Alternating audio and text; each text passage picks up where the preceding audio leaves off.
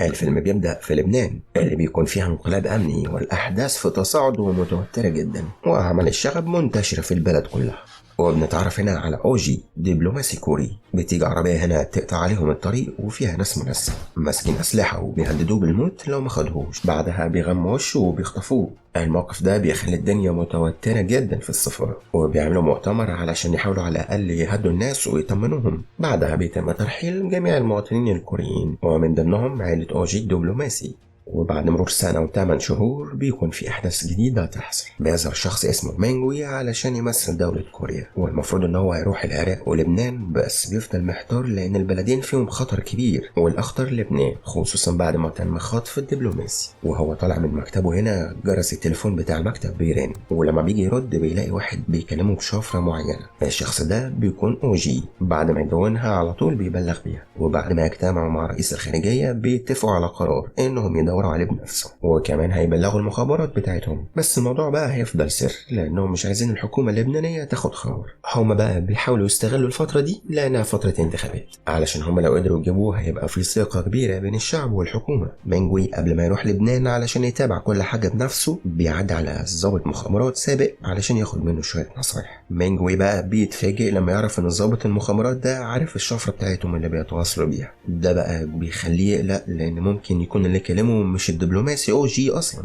بعدها بيستعد علشان هيسافر سويسرا الأول، وهناك هيقابل شخص اسمه هاينز، ده تاجر لوحات فنية ووسيط في نفس الوقت. هاينز بقى بيكون عنده معلومات عن العصابة دي اللي في لبنان، وأول ما يتقابلوا بيقولوا إن هو تواصل مع رئيس العصابة وطالبين فدية 5 مليون دولار، ومشترطين كمان إن ما يكونش فيه تأخير لأن لو حصل هيضاعفوا المبلغ. مينجوي بقى علشان يتأكد إن الدبلوماسي مع العصابة دي ومحدش بيلعب بيه بيقرر يكتب له رسالة ويطلب منه يوصلها له، وبيبلغه إن هو عايز صورة الأوجي مع الرسالة دي لأن هو عنده أصلا شكوك إنه لسه عايش. المشهد اللي بعده بيكون مع رئيس المخابرات اللي بيكون متضايق جدا انهم اتصرفوا من وراه ومحدش بلغه وقت ما الدبلوماسي اتخطف، بس هو بقى بيطلع عارف كل حاجه. بيوصل هنا مينجوي اللي بيقول له انه قدر يتواصل مع وسيط من العصابه، وبيوري له بعدها صوره اوجي مع الرساله. رئيس المخابرات هنا بقى بيعجب جدا بيه وبيقول له يجهز نفسه لانه هيسافر لبنان علشان يسلم الفديه. مينجوي بيطلب من رئيسه انه عايز لما يرجع يشتغل في سفاره كوريا اللي في امريكا لانه بصراحه نفسه يروح هناك.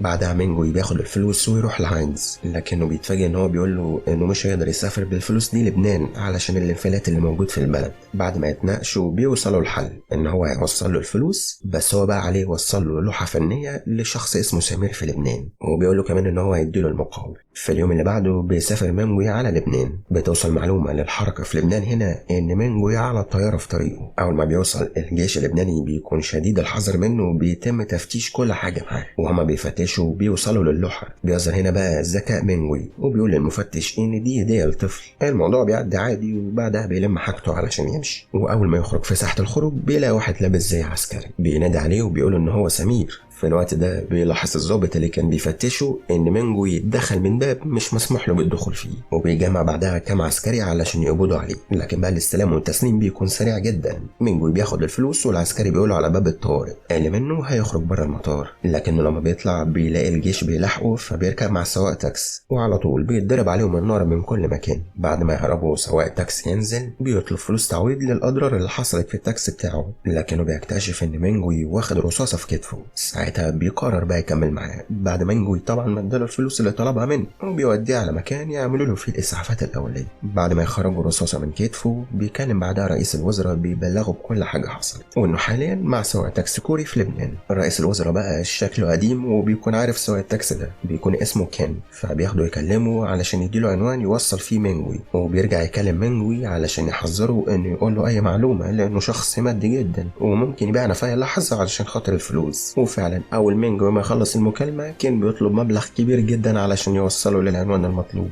وهم في الطريق بيكون في كمين عاملينه طائفه مسيحيه. كين ده شكله قديم فبيلبس سلسله فيها صليب وبيخبي المصاحف. قدامهم في الكمين بيكون في عربيه، الشخص اللي راكب فيها مش عايز يقول لهم هو رايح فين، ومرة واحدة بيحصل انفجار شديد جدا، وكين هنا بقى بيستغل الموضوع ده وبيهرب بالتاكسي بتاعه. وفي المشهد اللي بعده بنروح عند ميليشيات خارجين عن كل القوانين بيتكلموا بالسلاح وبس. بيجي لهم هنا اخبار عن المفاوضات اللي هتحصل، وان في فدية 5 مليون دولار هتتسلم النهارده، واللي هيسلمها شخص كوري اسمه مينجوي. مينجوي هنا بقى بيكون وصل على العنوان اللي قال له عليه الرئيس بتاعه. بيقابل شخص اسمه كريم وبيقول له ان ميعاد التسليم هيكون دلوقتي، وبيجي كين هنا على طول عشان ياخد حساب المشوار بتاعه، لكن مينجوي بيقول له انه يستنى شويه بس علشان هو مش عايز يكون في المكان ده لوحده. كين بيوافق طبعا يعني لانه كله بحسابه عزيزي، ومينجوي بيوافق لانه ما قداموش حل تاني. بعدها كريم والمجموعه اللي معاه بياخدوهم على مكان التسليم، وفي الطريق بيحصل ضرب نار عليهم، لكنهم بيقدروا ياخدوا واحد من المجموعه اللي كانت بتضرب عليهم نار، او بيعرفوا انه تبع الميليشيات اللي محتفظه باوجي. ساعتها كريم بيلغي ميعاد الاستلام والتسليم النهارده، وبيروحوا بعدها على مكان علشان يستريحوا فيه.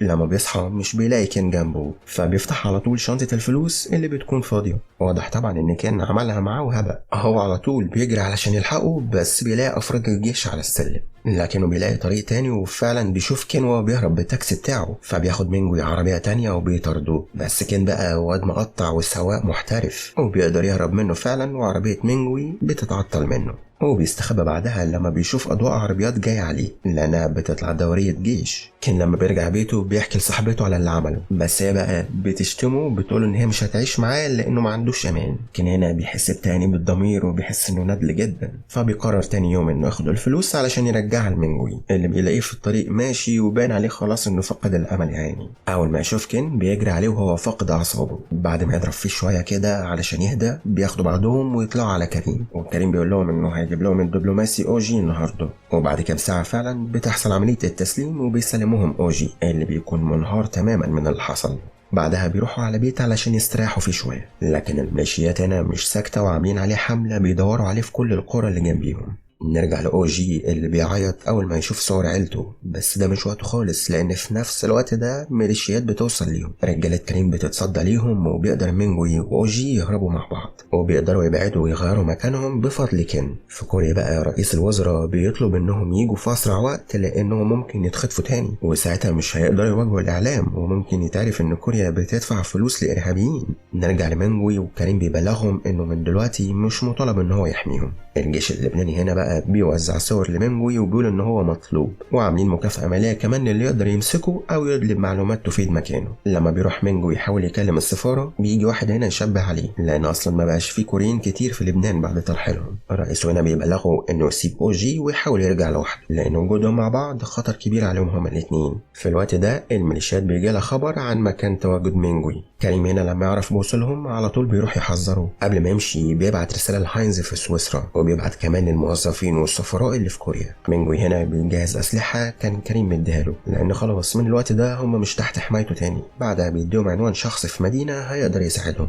مينجوي هنا بقى بيقرر يلغي كلام رئيسه وإنه مش هيرجع كوريا غير هو معاه أوجي، وبعدها بيقعدوا هما الثلاثة يشوفوا طريق على الخريطة. مينجوي هنا بيقول لهم إنه مش قدامهم غير الطريق البري ده، والأردن هتبقى محطتهم الأولى. كان هنا بيقول إنه هيكمل معاهم وهيدلهم على الطريق، وبسبب الميليشيات المنتشرة في كل مكان بيقدروا إنهم يحددوا مكانهم. بيجي الكريم هنا خبر إن الميليشيات متجمعة بشكل كبير جدا وفي طريقهم لمينجوي. كريم هنا بقى بيقرر يساعدهم. مينجوي هنا وهو بيحط بنزين في العربية لقاهم متجمعين في منطقة جنب البيت. بعدها على طول بيهربوا من سطح للتاني، وبنلاحظ هنا إن أوجي مش قادر يبذل مجهود خالص، لكن مينجوي ما سابوش لحظة وشاله على ظهره. لما بيجي واحد يتعرض ليهم كان بيظهر في الوقت المناسب وبيقدر إنه يسيب الشخص ده. أوجي هنا بينزل في حبل مربوط فيه بمساعدة مينجوي، وبعد ما ينزلوا كلهم أول ما يركبوا التاكس بتظهر عربيات العصابة، وكان على طول بيستخدم كل مهاراته علشان يهرب منهم، وبيقعدوا يدوروا على أي مخرج للحدود علشان الميليشيات مش هتقدر تطلع وراهم. لكن فجأة العربية بتتقلب. هنا بقى بيوصل كريم مع رجالته وبيقدر يقتل المجموعة اللي كانت بتطاردهم، وبيقول لمينجوي إن كوريا بعتت مندوب وحاجزين تذاكر طيران تحت حماية الأمم المتحدة. ساعتها بقى بيقول لكين إنه مش هيقدر يسافر معاهم المرة دي. كين بيكون زعلان بس بيقول لهم المهم انتوا تكونوا في أمان يا جدعان.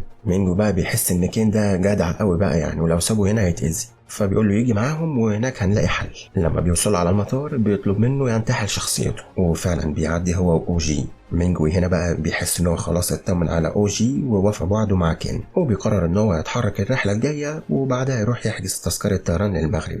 بس الجيش هنا بيتعرف عليه. في لحظه مينجوي بيعمل ان هو شال في الشنطه متفجرات. ساعتها الصحف والاعلام بتنقل الموقف. ساعتها مينجوي بيحكي القصه باختصار وبيطلب الحمايه الدوليه، بس هما بقى بيقرروا يقبضوا عليه ويحطوه في السجن. وبعد فترة قصيرة بيظهر هاينز في سويسرا، وبالمعارف بتاعته بيقدر انه يطلع مينجوي من السجن. لا وبيسافر كمان على طيارة خاصة، وبيدي للعسكري دولار تيبس لانه اكرمه في الفترة اللي كان مسجون فيها.